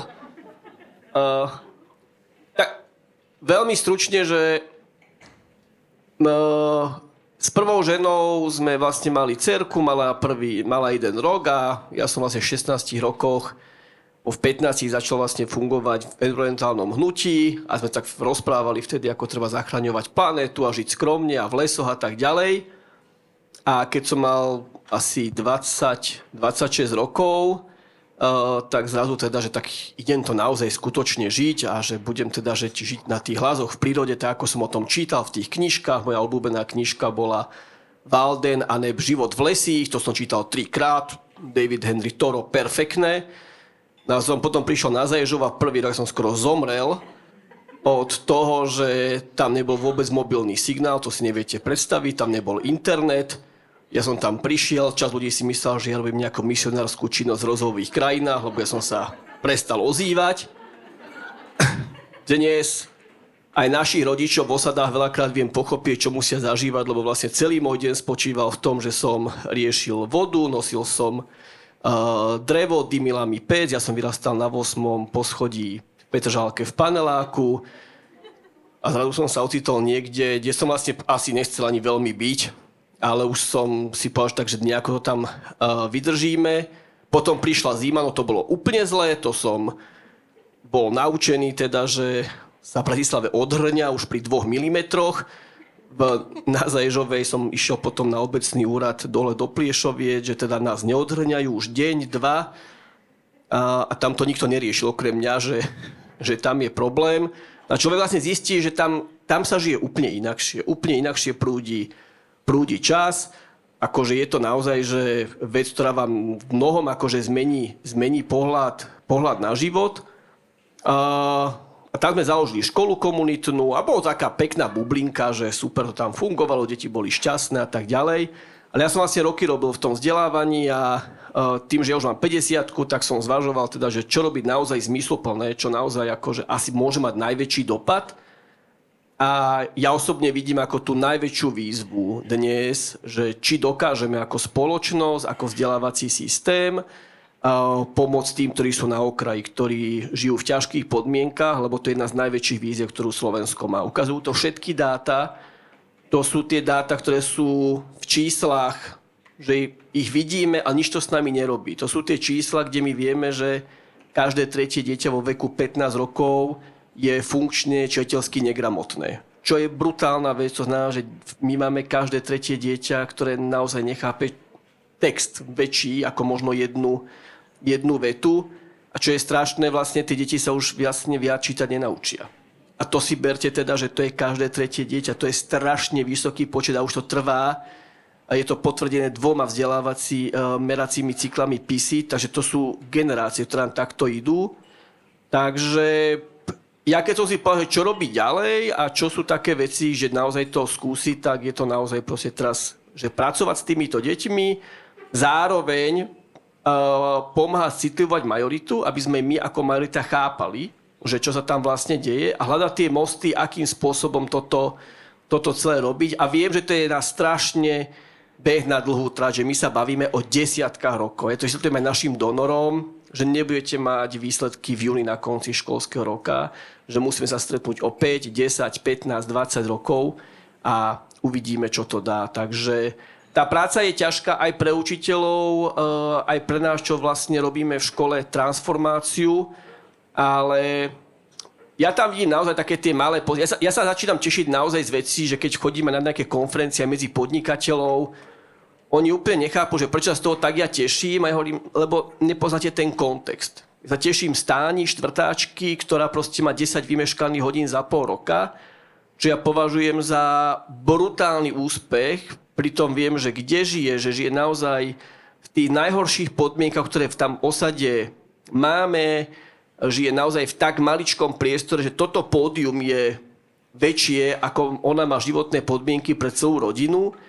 A to dievčatko naozaj akože poctivo chodí do tej školy, ona by tam chodila aj v lete a vidím proste, že to, že tá škola jej dáva ten pocit bezpečia, že tam dostane raňajky, že sa s nej dobre správajú, preto dieťa to je tá kotva, ktorá možno spraví to, že to dieťa niekam posunieme a samozrejme je tam strašne veľa smutných príbehov, ktoré nemajú tie zdarné konce. Ale ja nehovorím, že generačná chudoba je len o rómskych deťoch, že pozor na to, my tu máme veľa chudobných ľudí, ktorí sú z majority a na nich to nie je samozrejme ale tak vidno, ale nám aj keď dali školu, tak my sme zistili, že áno, tak máme tam 35%, 40% rómskych detí a z generačnej chudoby a zároveň tam je veľká časť ľudí, ktorí vyzerajú rovnako, ale žijú v veľmi ťažkých tiež podmienkách, žijú proste, že dvojizbový byt, 6, mama nezamestnaná a ťažké veci. A toto je ten znak, že dobré vzdelávacie systémy poznáte vo svete podľa toho, ako dokážu pomôcť tým najslabším. Ak tie vzdelávacie systémy nevedia robiť, tak nie sú dobré. A toto je pre mňa taká vízia, že toto na Slovensku skúsiť rozbehnúť a pomaličky odovzdať to. Ja by som to chcel dať môjmu synovi. Hej? Môj syn chodí na Almu, keď sa ma spýtujú, že čo z neho bude, tak žena ma tak vždy upozorňuje, aby som mu neprojektoval život, ale ja rád projektujem. Hovorím, že on by bol tak super riaditeľ, že pozná tie decká, vyrastá s nimi, je v rómskej triede, že Jori, keď raz bude naozaj mať tých 25 a skončí vysokú školu, tak by mohol zobrať tú Almu alebo ešte iné školy a potiahnuť to ďalej. Ale vidíš, ty si mal tiež taký vzor a to ťaháš tiež, takže možno, že to príde aj v ďalšej generácii. Ja som mal otca učiteľa a mňa to veľmi ovplyvnilo. Ja som neznášal škôlku, to sa priznám, ani základnú školu, vlastne ani strednú. A preto som sa stal učiteľom. To je zaujímavé. Lebo ja som vždy hovoril, že ja nechcem robiť deťom to, čo robili mne, že ja to tam strašne nebavilo na tých školách. Fakt, že ma to tam nebavilo. Ale zároveň si pamätám, ja som fakt, že od malička chodil s otcom do školy, do triedy, lebo ja som nechcel byť v škôlke. Ja som radšej ticho sedel za tou katedrou a pozeral som toho otca, ako učí. Na školské výlety som s ním chodil, na pionierské tábor, lebo ja som sám nechcel nikam ísť, ja som bol naozaj taký vystrašený. Tak na pionierský tábor som mohol ísť len s otcom, ktorý tam bol hlavný vedúci, s ním som musel byť na izbe. Takže ja som vlastne si toto všetko takto s ním prechádzal. Dedo bol školský inšpektor, takže naozaj to remeslo sa dedí. Takže stále verím, že ten Ihori to teda nejako prevezme. Má to naliňajkované historicky. Dáme priestor na ďalšiu otázku. Vzadu máme.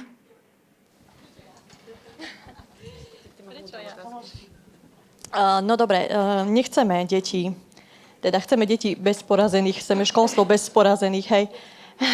Nie, ale my ako učitelia sami to nedokážeme. Ako dokážeme motivovať rodičov, aby prejavili záujem o to dieťa? Lebo toto je také ako keby zádrhel dnešnej doby, že my sa v škole snažíme, ale tá druhá strana často pokulháva. Rodičia neprejavujú záujem. Ďakujem. Je to veľmi náročné, verím, že to tak je po veľa prípadoch.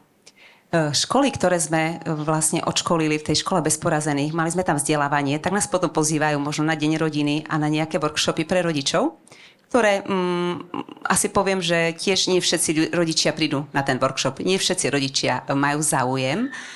Je to veľmi, veľmi náročné. Asi je to o tej komunikácii a o tom porozumení tomu, pretože tam možno, kde sa buduje ten vzťah, tak tam možno je aj nejaká taká trošička motivácia a také približenie sa k tej spolupráci. Neviem, či máš k tomu. Ešte ma napadlo, že keď prichádza dieťa, ktoré možno nie je z rodiny, ktoré zažilo nejaký rešpekt, že je tam veľa moci, veľa bojov, veľa možno strachov, aj čo bude cez víkend a teda, tak práve ste veľmi dôležitý styčný dôstojník, vy, pedagógovia, pretože ste možno prvý človek v živote tých detí, kedy to dieťa môže zažiť rešpekt. A to je veľmi dôležité si uvedomiť, že následne sa dokáže meniť aj to správanie dieťaťa. Hej, že my aj edukujeme rodičov, že je veľmi fajn vstupovať do tej inštitúcie a mať také partnerstvo. Dáva doslova taký návod na moje dieťa. Hej, že napríklad, ako ty si povedal, že skôr si bol introvert, vyhovovalo ti byť bezpečí toho otca, tak keď je rodič dobrý pozorovateľ a odovzdá napríklad túto informáciu pedagógovi, tak je to fajn. A tak ma napadlo možno aj taká spätná väzba. Hej, v rámci toho žúr, žiak, učiteľ, rodič, možno povedať rodičovi, že páči sa mi, že váš Janko napreduje v tom a vidím, že má rád toto, že na toto dobre reaguje, aby možno aj ten rodič zavnímal, že niekto ho vidí aj z inej perspektívy, vidí ho ako niekoho, kto má snahu. A ma napadla aj taká skúsenosť mojej kamarátky, ktorá učí a do triedy v septembri prvákov dostala žiaka, ktorý veľmi reagoval zle na akékoľvek jej pokyny. Vravela, že mala až pohnútku a premýšľala o tom, že či vôbec tam patrí, že či zvládne to tempo a učivo všetko, čo má. A tak si pozvala tých rodičov teda na stretnutie, chcela porozumieť tomu jeho náročnému správaniu, že všetko odmietal. A skrz komunikáciu s tými rodičmi pochopila, že otec aj mama sa vyjadrili o ňom nepríliš lichotivo, dokonca povedali, aké tresty doma používajú a že tak toto urobte aj vy, asi ho nevšímajte, my mu dáme mu mobil a keď nechce robiť, mu mobil nedáme. A ona si uvedomila, že toto nebude cesta a išla tou cestou toho rešpektu. Vravela, že sa postupne darilo meniť to správanie toho dieťaťa vo vzťahu k nej. Samozrejme, že neviete ovplyvniť správanie dieťaťa k rodičom, lebo je to reciprocita. Tak, ale možno mať na mysli aj tak, ako ty si povedala, že pre ten prvý stupeň naozaj, oni prichádzajú s takou plnou dôveru z tých materských škôl. Toto je pani učiteľka, doslova ste ako mamky, ešte na tom prvom stupni a tam budovať to bezpečie, najmä pre deti, ktoré ho vôbec nepoznajú. A bezpečím, myslím to psychické bezpečie, nie že v škole nám nezamaká strop, ale to psychické bezpečie, nebáť sa ozvať, nebude zosmiešnený, nebude skritizovaný, nebudeme sa ti vysmievať, keď povieš nejakú blbosť alebo keď sa bojíš. Ja ešte dám moju skúsenosť ako rodiča. Nás do školy pozvali, aby sme si to vyskúšali, ako deti pracujú v škole podľa novej reformy a to bolo výborné, lebo my rodičia sme dostali krásne živý príklad takého workshopu, ako deti môžu a nemusia reagovať. A bolo to úžasné. Akože pre mňa ako rodiča to bola skvelá spätná väzba si uvedomiť, čo všetko ten učiteľ musí stíhať poriešiť, kým tie deti tam robia, čo majú, hej. Aj tá spolupráca, aj všetky tie oblasti, ktoré sa tam teraz využívajú, je to super. Takže možno aj tak, že pozvať si tých rodičov a ukázať im, toto robíme. Pridajte sa, pozbudzujeme vás do toho, pomôžte nám s tým alebo s tamtým. Ja vás asi nepoteším. U nás na škole je filozofia, ktorá je veľmi náročná a ja hovorím, že to je fakt, že beh na dlhé trate, ale jedna z kľúčových princípov je, že za vzdelávacie výsledky detí nesie zodpovednosť škola. My to máme nastavené takto a nie je to úplne, že prijaté, že s otvorenou náručou, ale ja nevidím inú možnosť a to nebavíme sa len o deťoch z generačnej chudoby, to môže byť deti z majority s rôznymi problémami, ale práve pri tých deťoch z generačnej chudoby my nemôžeme nikdy povedať to, že aby teraz rodič spravil s ním niečo, nejaké domáce a tak ďalej. A ja to hovorím veľa školám, kde tie deti majú, že musia prebrať tú zodpovednosť, má im pomôcť štát napríklad financiami a môžeme ísť do systémových zmien, čo je indexové financovanie a tak ďalej. Ale tie príbehy jasne hovoria o tom, že nemôžeme od tých rodičov tie veci chcieť. Ja hovorím často príbeh matky, ktorá prišla, keď sme prebrali školu, ona videla, že sme nová škola, my sme všetky deti, ktoré tam boli, sme si ponechali a ona prišla za nami a požiadala nás, že aby sme jej dieťaťu nedávali domáce úlohy. A ja som si pozrel to dieťa, malo výbornú dochádzku, všetko a videl som adresu, kde býva a som povedal, to není vo zvolení, že čo to je za adresu a išli sme ju navštíviť aj spolu s manželkou, aj so synom, hľadali sme ju 2 dni. Naozaj 2 dni, pretože žije v strede lesa. Bez vody, bez elektriny. Na zástavku v zime chodí 3/4 hodinu a žije v podmienkach, že keď sme pozrieť dovnútra, ja som naozaj, že ťažšie podmienky nevidel, ako žije táto rodina. Teraz tá matka vlastne vám príde sa ospravedlniť, že jej dieťa nemôže dávať domáce úlohy, pretože doma nemajú svetlo, oni sú pri sviečkach. A tá na tomto príklade vysvetľujem, a tých príbehov takýchto je veľa. To môže deti z majority, kde proste matka je sama, musí mať 2 práce, ona nevie robiť s tým tie domáce úlohy. A preto hovorím našim učiteľom a učiteľkám, že musíme za tie vzdelávacie výsledky niesť zodpovednosť my. Riaďovateľ a vedenie školy má maximálne pomáhať učiteľom, aby to zvládli, ale ja nemôžem tú zodpovednosť prenášať na rodiča, pretože mnohokrát sú to aj tieto veci. A sú to aj častokrát úplne iné veci, a to je to, že ten rodič nevie tú úlohu spraviť. Má problém s čítaním a vôbec nevie čítať, čiže on s tou úlohou nevie pohnúť. Tak keď mu dá teraz projekt, že priprav projekt, ja neviem, o Grónsku, je bez šance. On to nevie spraviť. Nemajú internet. My naozaj stretávame s tým, že u nás chodí veľa návštev, príde zo zahraničia. Minule bol taký manažer z Mexika, boli tam naše rómske ženy. Strašne sa im páčil ten Mexičan, že sa spýtali, či je teda ženatý. Tak som mu to prekladal, som povedal, že není, a oni, že kde je Mexiko, a teraz nevedeli. A som povedal, to je strašne ďaleko, to je za oceánom a tak ďalej. A ten Mexičan strašne tak pekne usmievala. Bolo vidno proste, že netušia teraz tú geografiu, pretože neboli ďalej, ako je námestie vo Zvolene. A my nemôžeme teraz týmto rodičom dať úlohy, aby proste robili s deťmi projekty a tak ďalej. Takže ja som v tomto možno skôr v tom, že tak poďme robiť s tými deťmi, čo sa dá. Poďme im naozaj pomôcť. Neočakávajme, že zmeníme rodičov. Môžeme ich postupne trošku možno meniť, ale to je fakt, že veľmi ťažká cesta. A ja častokrát hovorím, že ja niekedy sa trápim viacej s rodičmi z majority, ktorí proste niektoré veci nerešpektujú, majú niektoré požiadavky, ktoré sú vysoko nereálne. A s rodičmi z osady proste prídem a proste si to vysvetlíme a šlapeme ďalej. Takže asi toto, a zároveň si plne uvedomujem, že ak takto to má fungovať, tak tí učitelia a učiteľky v školách potrebujú naozaj podporu, aby to dokázali zvládnuť, a to je, či už sú to školské podporné týmy, či sú to zmeny financovania na rôzne veci, ktoré školy potrebujú, lebo nemôžu školy fungovať tak, ako funguje Alma, že máme darcov. My ukazujeme, že toto stojí toľkoto peňazí, ak dávame deťom raňajky, tak nás to stojí aj s obedmi mesačne okolo 800 €.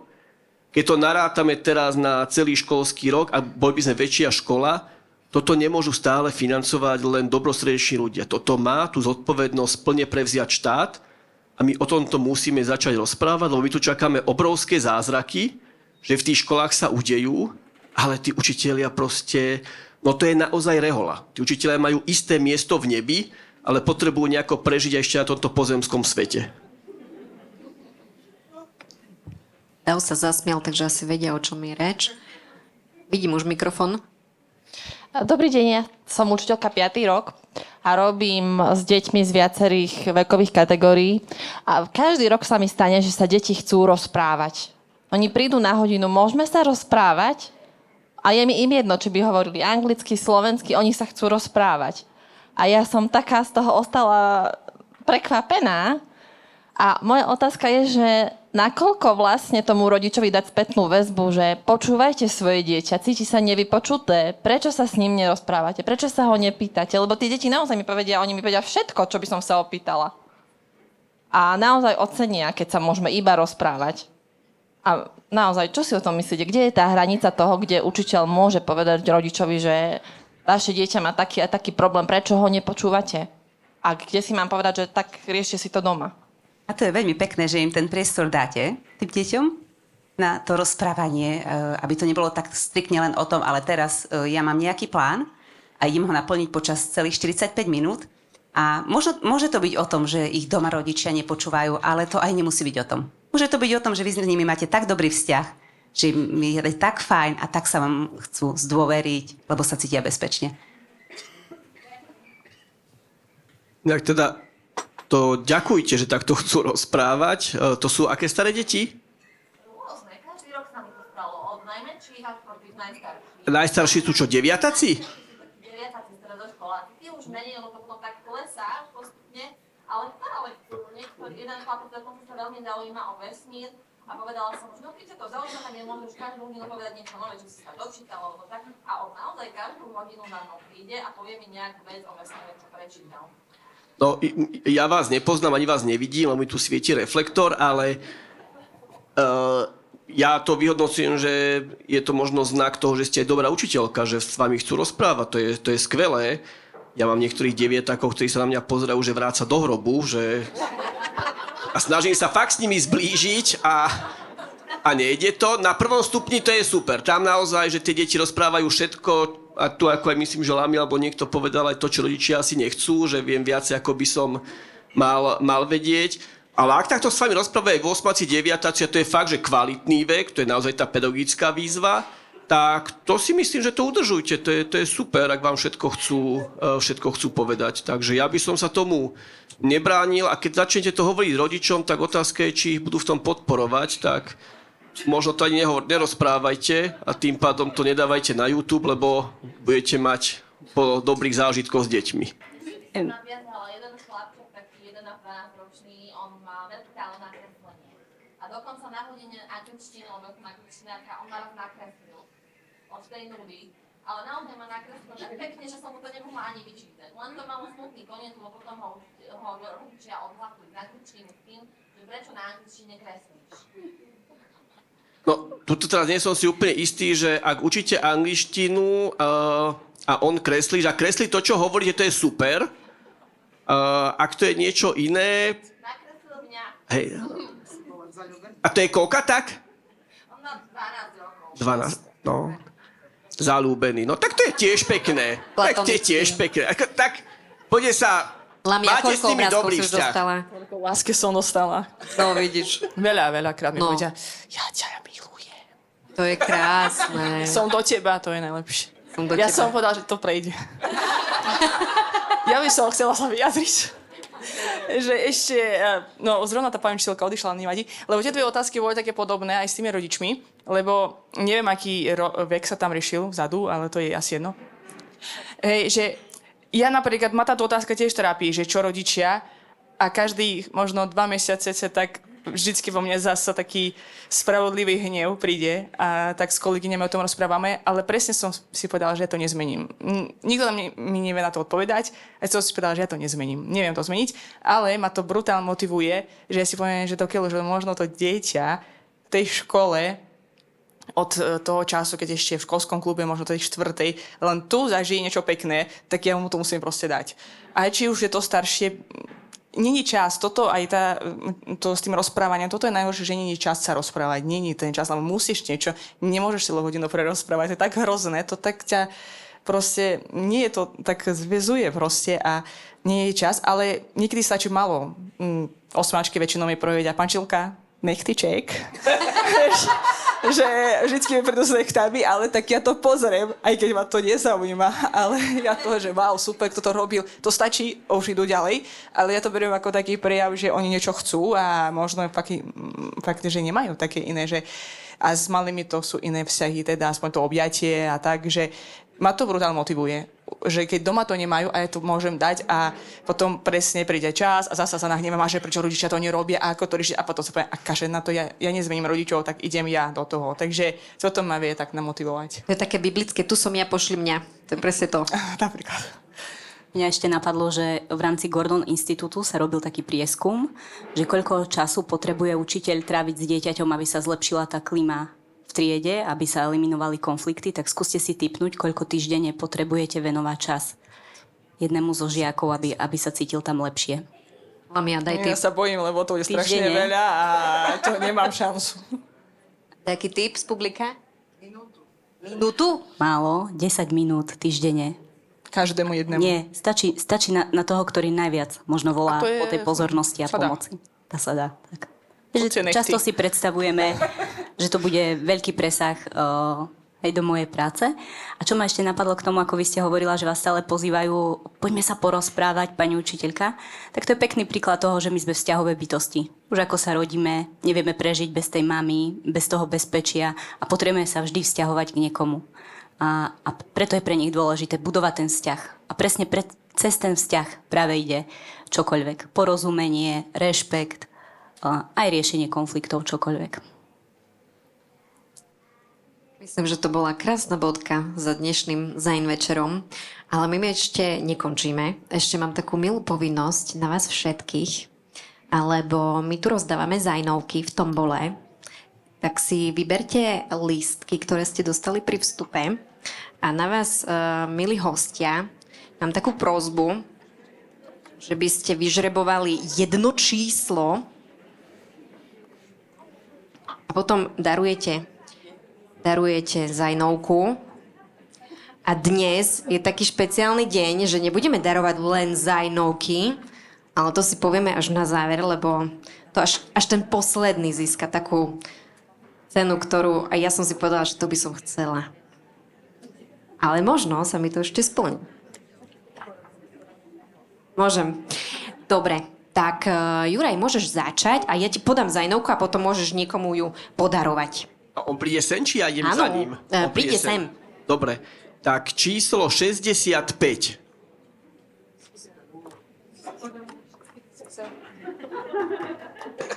Už sa tlieska, áno, páči sa. Blahoželáme, ale musíš aj skontrolovať, či ozaj je to 65, hej, pozor na to, nie svoje. Gratulujeme, nech sa páči. Maťka, môžeš? 51. Ó, tu vpredu. Páči sa. Blahoželáme. Veronika, môžeš? 63. A tu sa mladý pán postavil.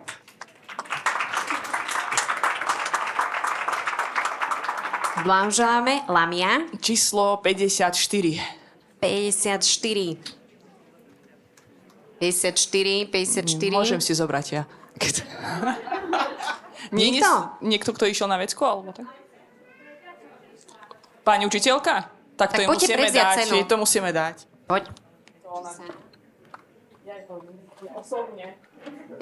Lamia vykročila vpred.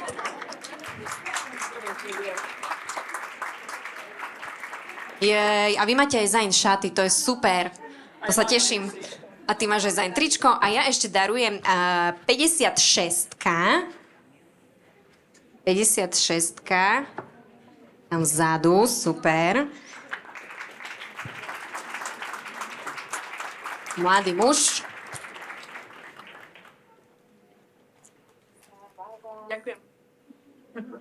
No a teraz tu máme jednu cenu, ale to, dievčatá, vy tak dajak spoločne, lebo to je od vás. Vyžrebujte, dohodnite sa. Tak jedna žrebuje, druhá hovorí. No. Číslo 16. A pre vás Dúfam, že ste pani učiteľka. Môžete darovať vy dve. Máme tu takú príručku Škola bez porazených. Blahoželáme. Veríme, že sa využije, aj prečíta, aj použije v praxi. A ja by som vás ešte takto na záver chcela pozvať na ďalší Zajn večer, ktorý bude po takej letnej pauze 23. septembra. A tému máme Som kvapkou v mori a spolu tvoríme celok a budeme sa rozprávať o digitálnych hraniciach a o tom, ako pristupovať v tejto digitálnej dobe aj vo výchove k deťom, aj v používaní všetkých tých médií a toho, čo na nás z každej strany vyskakuje. A sa teším, že pozvanie prijal taký náš marketingový prešovský známy to človek Mira Ilko, ktorý má aj svoju marketingovú firmu a takisto založil Digitálne hranice, OZ-ko. A možno budete poznať Barborku Okruhľanskú z Digitálnych rodičov, podcast, tak príde aj ona spolu s ním. Takže sa budeme spolu rozprávať a teším sa, že 23. septembra bude ďalší Zajn večer, na ktorý ste vítaní. A ja vám chcem teda srdečne poďakovať za to, že ste boli súčasťou tohto Zajn večera na tému Vzácny prístup k deťom. Verím, že to bol inšpiratívny čas nielen pre mňa, ale aj pre týchto našich nielen učiteľov, ale aj rodičov. Tak teda spoločný potlesk pre Lamiu, Veroniku, Maťku a Juraja. A dáme si ešte spolu fotku, dobre?